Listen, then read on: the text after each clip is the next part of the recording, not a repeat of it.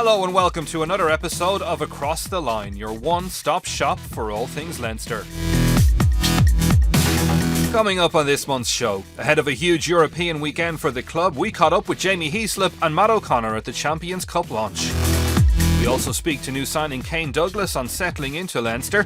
We'll chat to Head of Fitness Dan Tobin about life in the Leinster gym, as well as talking to successful Leinster captains James Ryan and Conor Farrell on being crowned interprovincial champions. And finally, we'll take a look at the newly finished AstroTurf pitches in Donnybrook. All this along with our usual highlights, league tables and previews here on Across the Line. First up on this month's show, the Champions Cup was launched in Dublin recently with Jamie Heaslip and Matt O'Connor on duty for Leinster. We spoke about the changing nature of European rugby, the challenges ahead and what to expect from the opening rounds. Everyone gets excited coming into European Cup. You're going up against the best of the best, and that's what you want to do. You want to be kind of pipping yourself against these guys and seeing how you stack, how your team stacks, how you stack as a player. So, and how you represent yourself and your team and your family against those kind of quality sides. Every point, every minute has a value on it. So from that end, it's really important. The entire contest is so exciting.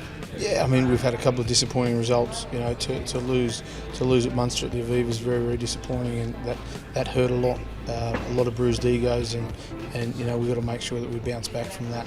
We're 2 out of 5. We've been in this position before. We lost last year as well. It's never nice losing to Munster. I absolutely hate it, to be honest. But it's only the 5th game into the season. You can't get too carried away. You got to wear it though. You got to wear that kind of the fact that I feel we're kind of more disappointed that we didn't play to the standard that we can. We've got to make sure that we get off to a good start against Wasps at home at the RDS. It's always a fantastic place to play, and the guys are very excited about being back at the RDS. The support and loyalty at home is, I think it's an experience to get down to the RDS and be there for Champions Cup game.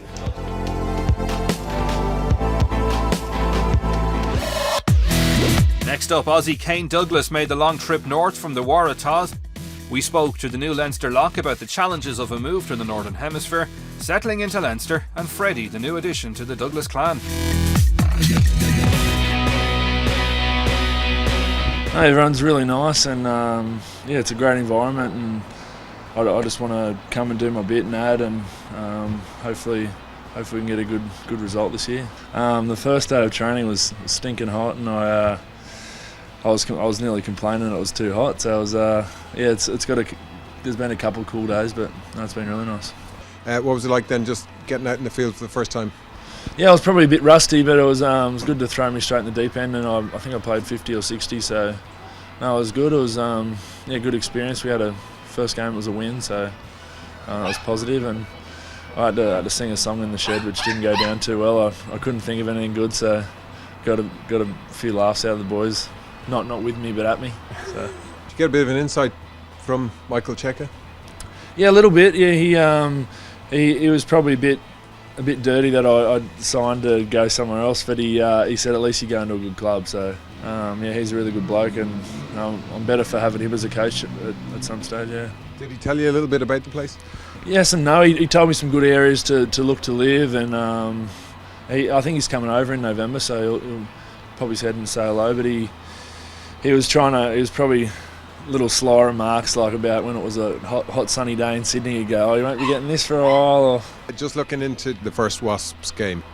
Yeah, well they've had a good couple of wins this season. They beat the Saints, and so they're going to be tough, be a very tough match. So yeah, looking forward to it, but it's going to be a big one.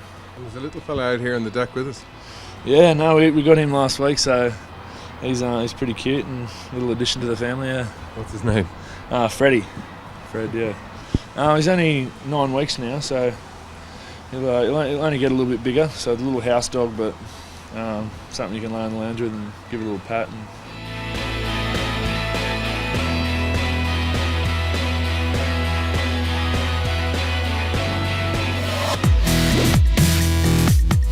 Next up on Across the Line, things get heavy in the gym with Head of Fitness Dan Tobin, who explains what it takes to get to match day and beyond.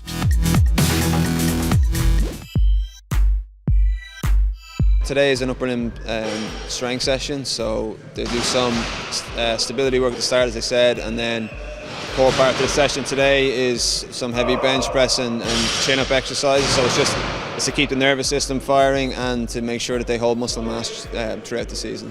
Tuesday and Thursday would typically be the days where we would do upper limb, so it's compulsory on a Tuesday, and on a Thursday then we give the players an option when it's close to a game of whether they want to get another hit out or not on it. In terms of week by week, we just change the rep ranges really, and minimal changes in the exercises that we do depending on what phase we're in. And then coming towards our bigger games, we tend to taper the volume that we do, keep the intensity high. So there's a lot being made of the watt bike, I suppose. We got 3 new bikes in the end of last season, so it basically provides more resistance than a typical spinning bike would. It gives you a reading on power output for every rep, your average, your peak power, and it is really good feedback, and the players enjoy using it because of the feedback it gives you and the competition that it creates between people, as opposed to just a spinning bike where you're asked to work away for 20-30 minutes on it. In general, I think there's always a good bit of banter in the gym, and I think it's important as well. We work hard and we get a really good intensity out of the sessions, and once that happens, the banter, I think, helps them. You want them to enjoy their environment, and they work harder when they enjoy it anyway. So there's certainly a few messes, particularly in this group here, but we encourage it, if anything, as long as the work gets done.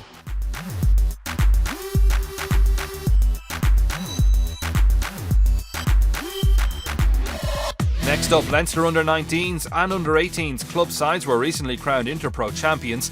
We spoke to captains James Ryan and Conor Farrell on the Interpros winning and what the future holds for them both.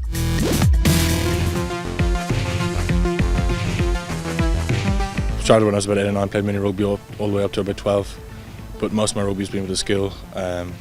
So I've played in the skill since I was about 12, and I've really enjoyed every moment of it. This is my first experience working with Leinster as a whole instead of just the skills. So there's a lot of players and a lot of clubs guys really added something, so that was good to see. Obviously Senior Cup this year, I'm looking forward to that. We've got a good team, so we're going to prepare as best we can. Obviously some great sides in Leinster too, so it'll be a big task, but I'm looking forward to the challenge.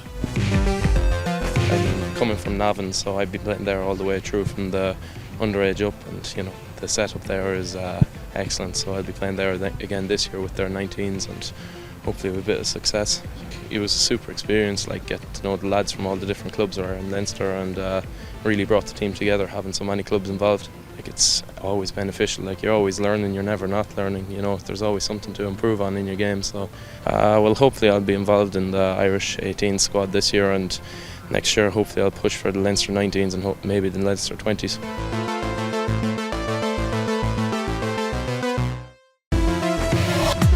Next up, Donnybrook has undergone a recent facelift with 2 new AstroTurf pitches installed. We spoke to Leinster Club Development Manager David Ross and back rower Jack Conan about the pitch and, most importantly, how it plays.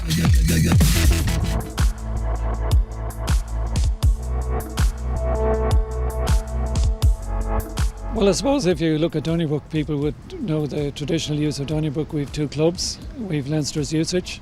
We have the big schools programme which runs in January, February and March.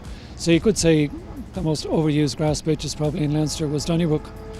And whilst at times Donnybrook doesn't look all that pretty, we've always had a good playing surface. So we really started thinking about, would it be a good opportunity if we could put 2 all-weather pitches in, which would give us a huge amount more usage. And as part of that process, we approached the Department of Sports, which very kindly donated 750,000, which really made it worthwhile to be able to do it. Your first game in senior colours was in Cardiff, and it was played on this sort of surface. What did you make of it? Very similar. It's great. Now it's really good to play on. It allows for a much faster game. It's very consistent. You can't slip. It's good. It's solid ground. Makes for fast rugby, quick ball. So it's really good. Kind of the style that Leinster have played and do play for years. So it's really, really great to play on. It looks absolutely fantastic. It's going to be great for the Senior Cup coming up, and the A's as well. We play a lot of great games here, so we always pride ourselves when we come to Donnybrook that we don't lose, and hopefully playing on this new pitch will even have a bit more pride about us. For more in-depth versions of the features and more great Leinster TV content, subscribe to our YouTube channel Also be sure to follow us on Twitter and like us on Facebook. The Guinness Pro 12 is through round 6, with the tables changing on a weekly basis. The past month has seen fixtures away in a wet and windy sports ground against Connacht.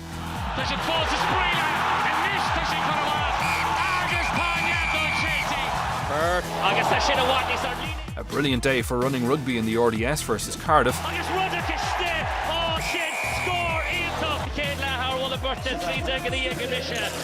Confidence growing here in the Munster. Of course, the showdown with Munster in the Aviva. Throwing for the coach for Munster Rugby.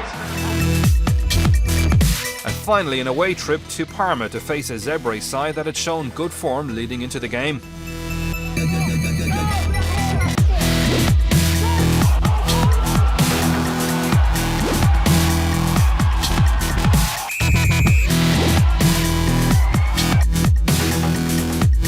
The tables are taking shape, with Leinster now in 6th place after 6 games, 2 points behind Connacht, with the Ospreys leading Glasgow Warriors on top by 3 points. There's lots of action coming up for Leinster fans over the next month, with the kick-off of the Champions Cup at home in the RDS against Wasps on the 19th at 5:15, followed by Cast away the weekend after in the Stade Pierre-Antoine with a kick-off at 2. Finally, it's back to the Guinness Pro 12 the following weekend, Friday the 31st in the RDS for the clash with Edinburgh at 7:35. That's all we have time for this month. For all the latest Leinster Rugby news, views, squad info and tickets, check out leinsterrugby.ie. Don't forget to follow us on Twitter, like us on Facebook and subscribe to our YouTube channel. Thanks for watching and see you all next month.